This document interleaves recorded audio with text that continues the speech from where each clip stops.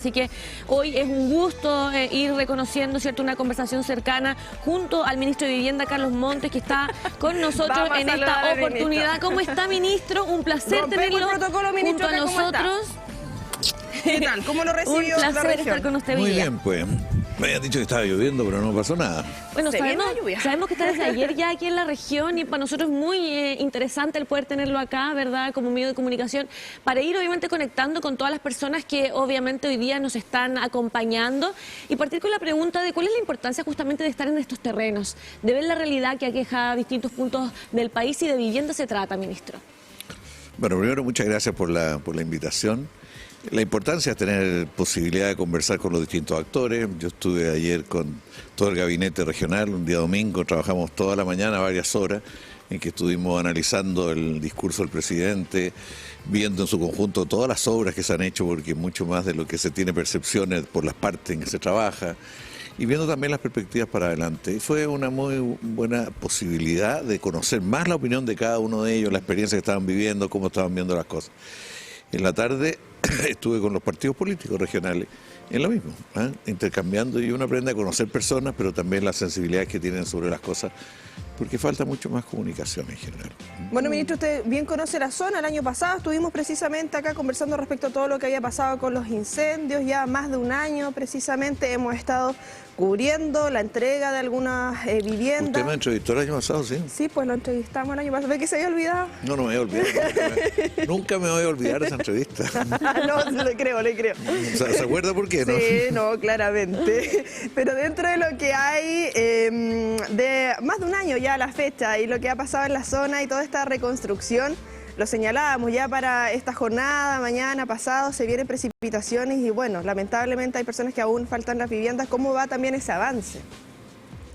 Mire, la información que yo tengo es que en lo que se refiere a subsidio de todas las casas dañadas que estaban definidas, ya lo tienen hace un tiempo ya, una parte están construidas, otra parte están en construcción. Es más lento de lo que uno quisiera y de lo que las familias necesitan.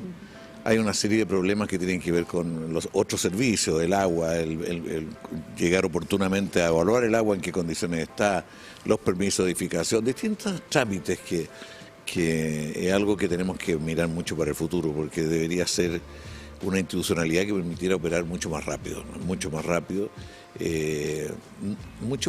especialmente en las cuestiones normativas, porque hay muchas normas que son muy válidas para tiempos normales, pero en tiempos de reconstrucción, después de un incendio, debe tener flexibilidad.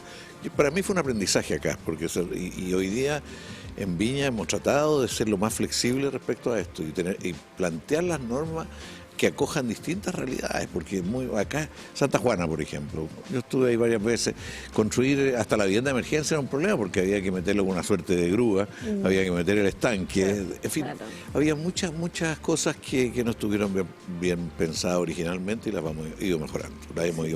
Ministro, a mí me gustaría también, bueno, somos el canal de televisión de la Universidad de Concepción y con ello el poder abrir las puertas a conversaciones tan interesantes como las que estamos teniendo hoy día con usted, el poder estar en terreno y viviendo la radiografía del día a día de las personas que hoy día van necesitando sus viviendas. ¿Cómo se siente también como ministro el tener esa posibilidad de conectar con la realidad, de conectar con la gente, de poder obviamente ir conversando, intentando solucionar a través justamente del trabajo en terreno que se realiza durante todo el año?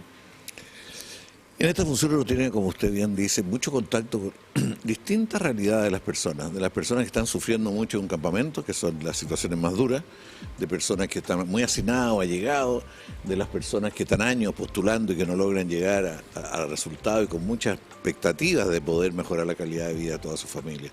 Eso es muy desafiante para este. Uno dice, ¿cómo no avanzamos más rápido? Y estudia bien dónde están los bloqueos principales que hacen más lento. Obviamente, entre más caras están las casas, más difíciles que las personas accedan a las casas, hay más familias que están buscando casas de los programas públicos porque no tiene posibilidad de hacerlo a través del mercado. Bueno, esto todo llega como una señal permanente de exigencia, de responsabilidad, de asumir. A mí me duele mucho que en el periodo que Chile más creció, que han sido estos años, tengamos el déficit que tenemos. O sea, hay algo que no es consistente con valores básicos que tiene una sociedad. O sea, tenemos 650.000 familias sin vivienda en un periodo en que Chile pasó de 5.000 a 25.000 dólares per cápita. Entonces uno dice, ¿dónde se produjo el problema? ¿Cómo se gestó eso? Y tiene mucho que ver principalmente con la especulación con el suelo.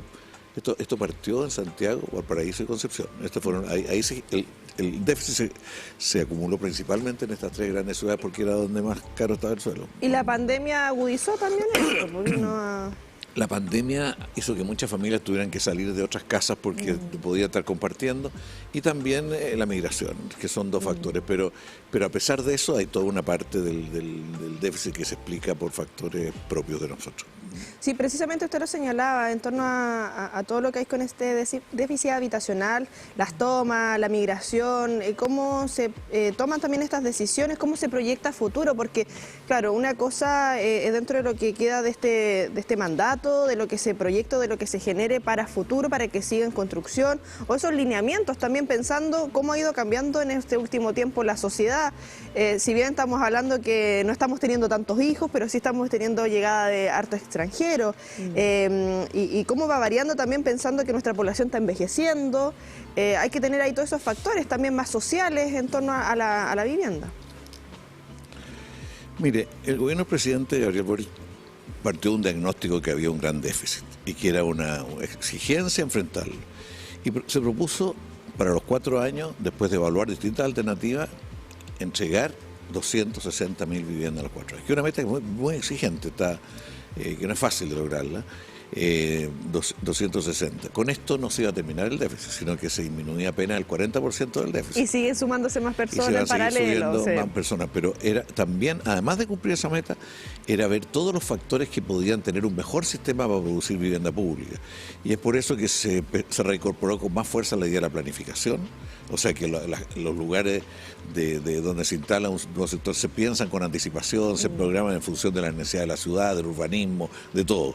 También tener más caminos para llegar a la vivienda, porque las realidades de las personas son muy diferentes, entonces se requiere más caminos, y ahí tenemos la vivienda para trabajadores, por ejemplo, que tiene un camino como más rápido y directo a aquellas personas que no entran dentro del 10% de menores ingresos, pero tampoco los bancos los consideran sujetos de crédito suficiente. Estamos también con vivienda de arriendo, pública, vivienda de arriendo, a precio justo que se llama. Estamos también con autoconstrucción en algunos sectores, sobre todo en el norte.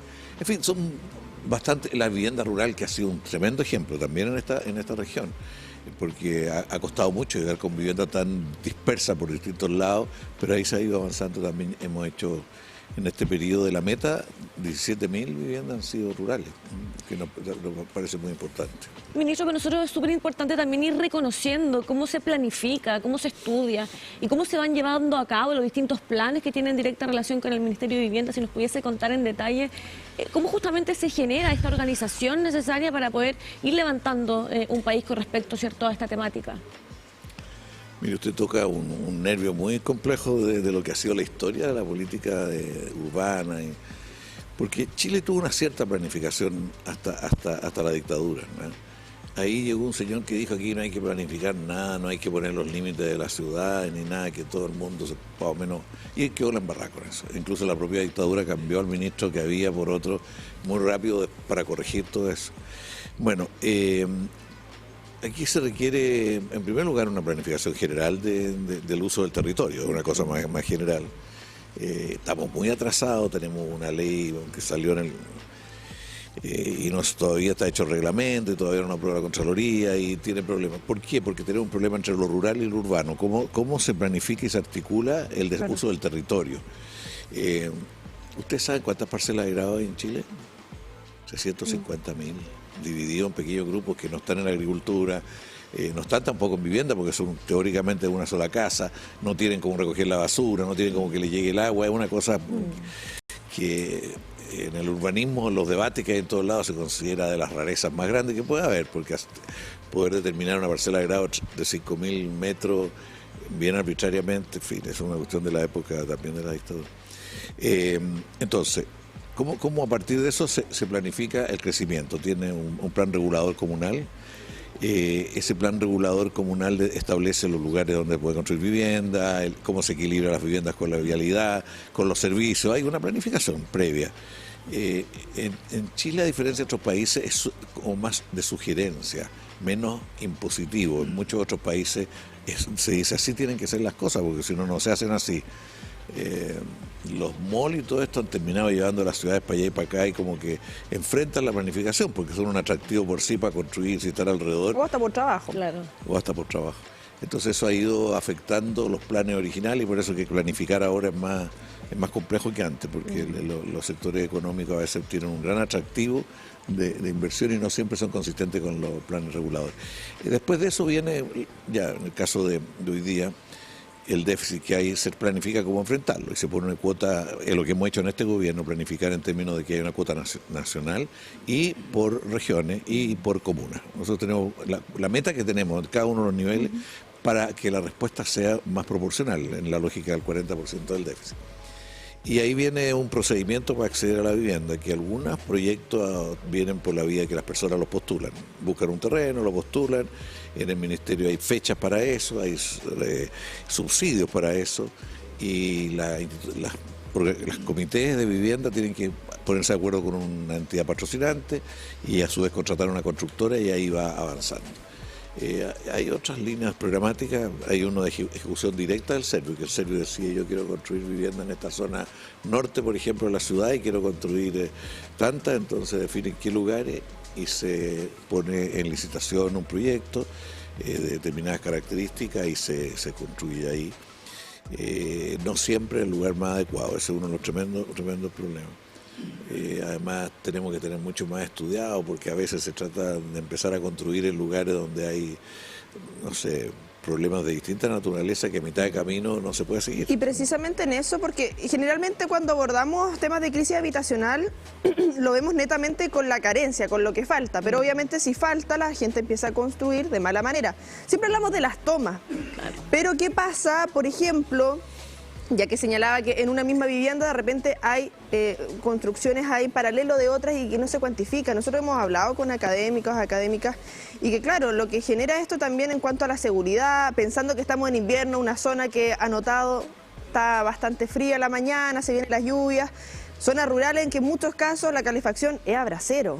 Si bien acá en lo urbano tenemos preemergencias, alertas tempranas constantemente debido a la leña, pero el peligro también, acá la articulación también con las otras entidades, medio ambiente, salud, pensando en cómo avanzamos en eso, cómo fiscalizamos eso, cómo regularizamos esa situación. Los países con el ingreso per cápita de Chile en general, cuando la gente llega a vivir en un lugar, los servicios llegan casi junto con las familias, que es lo razonable. Nosotros todavía tenemos un sistema en que primero llega la familia y después pasa harto tiempo para que lleguen hasta transporte, a veces distintos servicios, educación, salud. Ahora estamos en varios lados con proyectos que buscan integrar esto. Esto significa que se organiza el Estado de otra manera para llegar simultáneamente, que no es fácil, y con los municipios también. Entonces la tendencia es que cada uno actúa a su ritmo. Y curiosamente esto no ha sido un problema de plata, no ha sido un problema de recursos, porque los recursos para esto existen. El problema es que hay que ordenarlo de otra manera para cuando va a llegar alguien a vivir a un lugar, se vea cómo va a quedar el conjunto del espacio desde el punto de vista de los servicios. Eso es demasiado importante para la calidad de vida de las personas. O sea, hoy día todos lo reducen muchas personas por lo duro que es el tema de seguridad, pero el hecho de no tener un supermercado en los alrededores, cual sea, eso significa que los pequeños negocios pueden cobrar mucho más. Cuando el supermercado compiten con el supermercado. Yo estuve una vez en Valasia, en un lugar que tiene un ingreso más o menos parecido al nuestro, y ahí llegaba todo. El metro llegaba antes de llegar a la gente. O sea, se tenían que adecuar a la gente. Todos los servicios antes y después llegaba la gente. Llega incluso supermercados, o sea, se preocupaba que lo privado también estuviera ahí oportunamente. Yo creo que hay que buscar algo a la medida nuestra, pero que se requiere otro concepto de que la gente llegue junto con los servicios básicos, los jardines infantiles, o sea, que no haya jardín infantil un buen tiempo al comienzo. En fin, eso tiene que ver mucho con la idea de vincular bien lo que es la vivienda, el barrio, la ciudad, o sea, cómo se va llegando a lugar. Nosotros estamos en un nivel de ingresos que debería permitir hacerlo si nos organizamos bien como Estado. y en esto son clave los municipios, los servicios. ¿Cómo nos ligamos a los otros servicios? Yo le puedo contar en este momento en La Platina, tenemos 3 proyectos en el caso de la metropolitana, La Platina, Antumapo y Cerrillo, que era el viejo Cerrillo, y que se está tratando de llegar con todos los servicios preparando, y bueno, en un caso, La Platina, el Ministerio de la Salud llegó a la conclusión que tenía que ser una ciudad sanitaria, y tener varios servicios para ese sector y para todo el entorno alrededor, o sea, y tiene el suelo para eso. Esto es muy bonito, es muy necesario, pero es lento de hacer, porque poner de acuerdo a todo, pero eso se está logrando y va a jardín infantil, escuela, distintos servicios van a ir llegando juntos. Ojalá que lleguemos juntos, porque está bien avanzada la sobre las viviendas. Los terrenos pensados en lo habitacional muchas veces se acaban.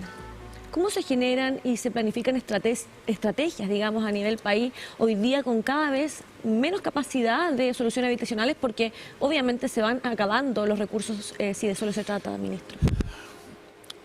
Un amigo urbanista dice, los terrenos no se acaban, dice. Lo que pasa es que son muy caros. Hay terrenos, pero son muy caros. Entonces no es que no haya terreno, sino que sube mucho su precio. Bueno, yo creo que ese es un problema central de cómo se hace en la ciudad hoy día. El gran valor del suelo, porque se especula. Antes un fondo de inversión se preocupaba de tener acciones y tener bonos, ¿no es cierto? Un fondo de inversión. Hoy día además muchos fondos se preocupan de tener suelo, porque el suelo va subiendo mucho su valor, entonces les permite operar en el mercado financiero de otras maneras. Bueno, eso ha hecho que el suelo se vaya muy arriba, esté muy caro, Aquí hay en la teoría, en los teóricos, hay toda una discusión si el suelo debería ser tan caro o no, si no hay que ponerle techo, no, porque el valor del suelo depende mucho de dónde está y lo que ocurre alrededor, no lo que se hace dentro de ese suelo, sino que depende de lo que ocurre alrededor. Y en eso Chile no tiene política de suelo, se ha tratado de tener, en muchos países hay muchos tributos, hay tributos que buscan desanimar ciertas cosas. Aquí en Chile hay mucho lo que se llama terreno en engorda, que se los dejan botados ahí porque sube su valor, y los propietarios operan en los distintos mercados pidiendo préstamos. O sea, tiene un papel para una empresa. Las empresas constructoras también tienden a acumular suelo pensando en proyectos posteriores y el valor que ganan mientras lo tienen desocupado.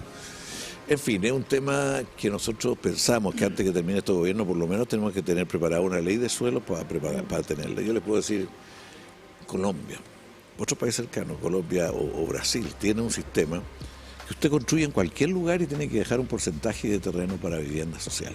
25%, ¿dónde construye? Para asegurar integración social, o sea, para asegurar que vivimos juntos. Bueno, los malayos me tocó también conocerlo. Ellos tienen un sistema que todas las... Hay malayos, hay indios y chinos. Entonces, ¿cómo aprenden a vivir juntos? Entonces, cada edificio, un tercio. ¿Para qué? Para aprender a convivir con los olores, con la forma de celebrar, con la forma de vivir, que son distintas. Uno está ahí, uno se da cuenta cuando está en uno, porque son olores distintos, formas de vincularse, de vivir distintas. Otro aliño. Es verdad, mucho tiene que ver con los aliños. Y esto, el valor que esto tiene es que aprendemos a vivir desde siempre, a vivir juntos los que somos diferentes. Acá en Chile la tendencia es que un sector que tiene más plata se va lejos, se separa, y eso no ocurre solo en el lugar de la casa, sino que también en el colegio y en muchas otras cosas, y eso, bueno, la OECD hizo un estudio de las ciudades más segregadas de los países de la OECD y Santiago ganó lejos, ¿no? De las más segregadas, las más separadas unos con otros. Y son cosas que se hicieron peor durante la dictadura, porque a los sectores más bajos de ingresos se los trasladó, le llamaron Operación Confraternidad, pero se trasladó del barrio alto, se los trasladó a otros barrios, y eso es parte de los problemas que tenemos ahí en esa ciudad y aquí en parte. Y aprovechando eso que señala de la segregación, algo que hemos hablado también con académicos, académicas de acá mismo de la Universidad de Concepción, y lo que se plantea en muchos casos, las ciudades de 15 minutos. De 15 minutos, sí, ya, pero que sean caminables. Son 15 minutos, sí. Que sean caminables, que sean amenas. Estamos hablando de la importancia de la calidad de vida, las áreas verdes. Veía un reportaje el fin de semana de cómo, bueno, era de la región metropolitana, pero cómo las regiones ahí se dividían con más cantidad de áreas verdes. Claramente los barrios altos tenían un porcentaje alto, no necesitaban plazas públicas porque tienen las áreas verdes en sus casas, a diferencia de las comunas con más populares. ¿Qué hay en torno a eso que se ve como prácticamente imposible? Nosotros no hemos llegado al nivel de Santiago, al caos, pero sí tenemos problemas de transporte que lo hemos hablado con las autoridades correspondientes acá, la ruta 160, porque usted indica, claro, supermercado, educación, temas de salud, es importante tenerlo cerca, pero ¿cómo se proyecta o qué hay en torno también a esas investigaciones que me imagino en muchos casos llegan a esta cartera, obviamente, en torno a planificar en 15 minutos, que algo que lo vemos, no sé, en Europa? ¿Y por qué nosotros no podríamos tener algo así? No me refiero solamente al Biobío, sino a nivel nacional. Por lo menos partir con toda la ciudad intermedia en una cosa así, ¿no? Sí. Esto, nosotros estamos viviendo lo contrario de eso, porque con el tema del 10% previsional que la gente retiró, creció el parque automotriz de una manera... Caos. Entonces, a veces para dirigirse a pocos kilómetros se demora 15 minutos, más de 15 minutos. Yo en auto me muero más acá de mi casa que caminando. Exacto. Vivo relativamente cerca, 3 kilómetros. Habría que estudiarlo eso, ¿no? Bueno, pero lo que... Yo vivía en México, y en México era un taco. Ustedes no se imaginan lo que es vivir en Ciudad de México, porque ahí son 20 millones de personas que viven y era muy difícil desplazar. Al comienzo uno no soportaba. Finalmente, bueno, mi señora cuando iba manejando dormía un rato en cada esquina, porque era un buen rato, o sea, termina... los seres humanos tenemos que discutir estas cosas, tienen que ver con el cambio climático y todo esto, o sea, como le echamos para adelante. Y tenemos que tener un buen equilibrio entre el transporte público y el transporte privado. Tenemos que a su vez tratar de que una parte de las funciones que hacemos en el día todos estén más cerca de las casas, las que se pueda.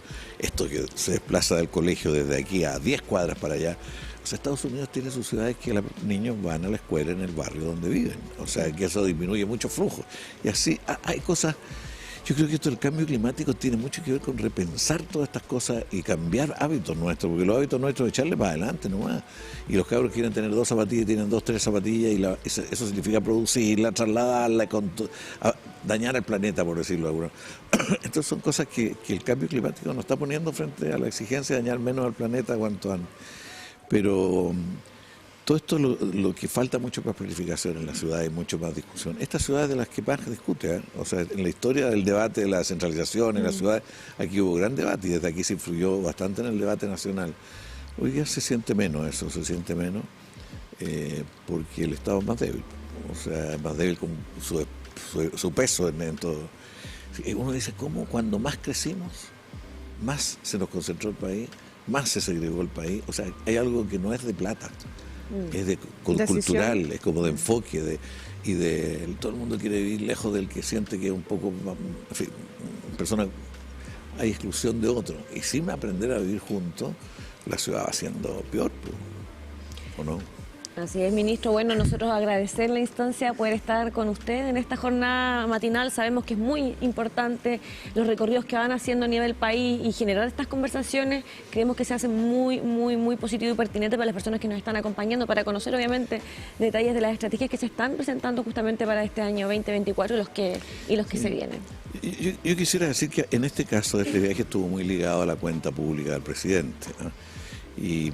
o sea, explicar, dialogar, responder inquietudes de distintos niveles de personas. Pero lo clave era que se sepa todo lo que se ha hecho, porque se dice con mucha libertad no se ha hecho nada, pero se empieza a mirar todo lo que se ha hecho, área por área, región por región, y la verdad que en este gobierno se han hecho muchas cosas.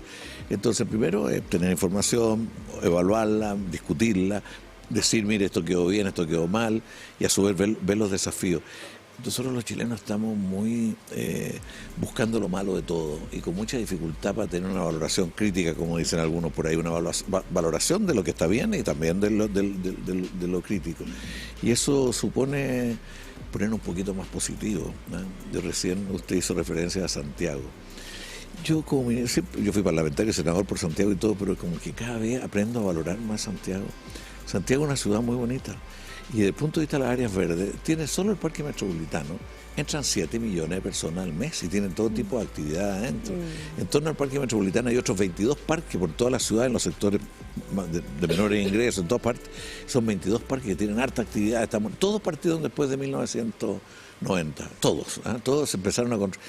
Pero tenemos esa red. Después fui a Temuco y en Temuco uno tiene la idea de que no hay mucho, pero hay unos parques espectaculares, el ferroviario, la isla. O sea, se han ido creando espacios. ¿Qué quiero decir con esto?